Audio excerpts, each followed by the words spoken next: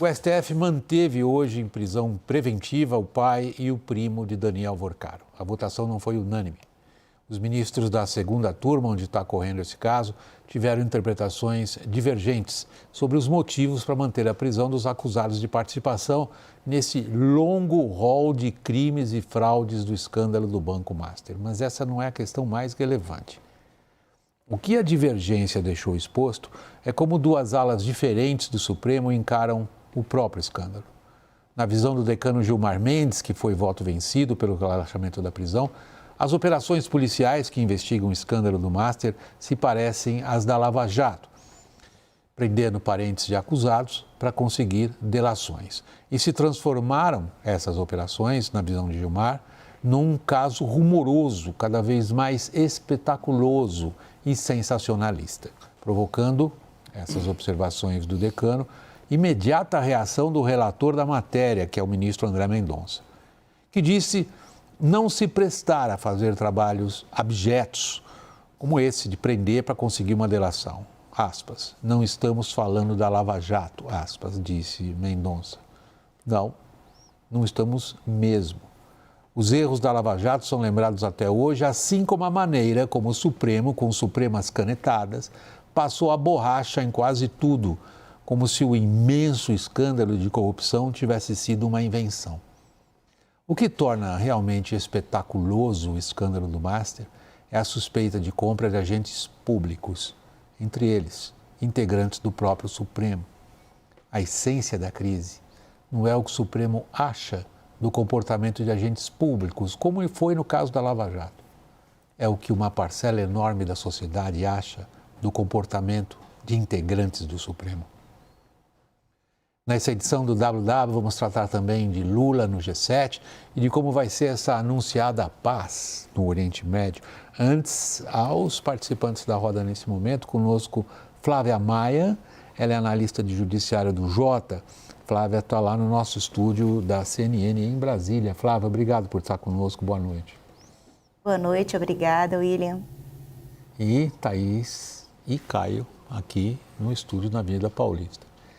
A segunda turma do Supremo manteve hoje as prisões de Henrique e Felipe Vorcaro, respectivamente pai e primo de Daniel Vorcaro, o ex-banqueiro do Master. O único voto contrário foi do decano da Corte. Gilmar Mendes travou uma discussão com o relator das ações, André Mendonça. A reportagem é de Luciana Amaral.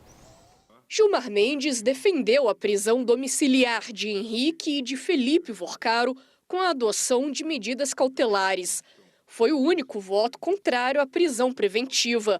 O clima tenso e a troca de farpas entre Gilmar Mendes e André Mendonça dominou boa parte do julgamento.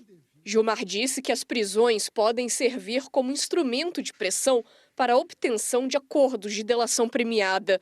O decano do STF criticou vazamentos, alertou que o juiz não pode agir como delegado e que a operação contra o Master lembra a Lava Jato, que para ele cometeu excessos. Primeiro que nós não estamos julgando o caso. Aqui nós estamos julgando os critérios de uma prisão cautelar. Exatamente. Nós não estamos julgando Lava Jato. Não, porque podemos dar ensejo, como já tivemos no passado, de fundamentações genéricas que justificam. Que não é o caso.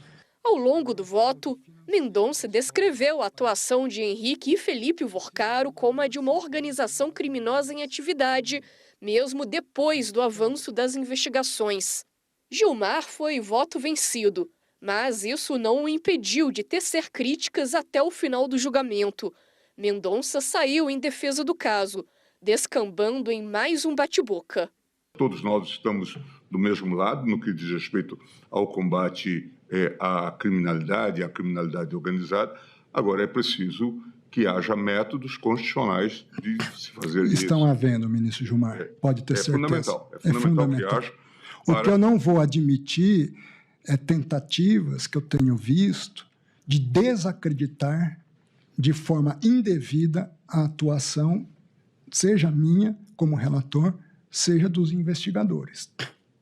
Não vou. Em uma Na demonstração do avanço das investigações, o ministro André Mendonça retirou o sigilo do relatório da PF referente às prisões do pai e do primo de Vorcaro. Ainda se tornaram públicos novos elementos para o caso, inclusive envolvendo a relação do ex-banqueiro com nomes importantes do Legislativo Federal. Segundo a PF, Vorcaro fazia repasses mensais de pelo menos R$300 mil ao senador Ciro Nogueira, chegando a 6 milhões em 20 meses.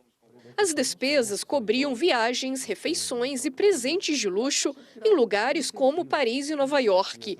O ex-banqueiro também teria atuado na elaboração de projetos de lei por meio do gabinete do senador. O relatório revela ainda que, em junho de 2024, Vorcaro bancou suítes num hotel exclusivo em Lisboa para Ciro Nogueira e para o atual presidente da Câmara, deputado Hugo Mota. Mota afirmou que estava em um evento corporativo e que está tranquilo em relação às investigações. A defesa de Ciro ainda não se manifestou. Diante da gravidade do cenário, o ministro André Mendonça fez um desabafo em tom de indignação. Sem citar nomes, revelou ter recusado a proposta de um advogado para uma delação seletiva. Perderam o pudor, ministro Gilmar. Queremos fazer uma delação seletiva. Falaram na minha cara isso. Eu disse, não faço questão de delação. Agora, delação seletiva, comigo não.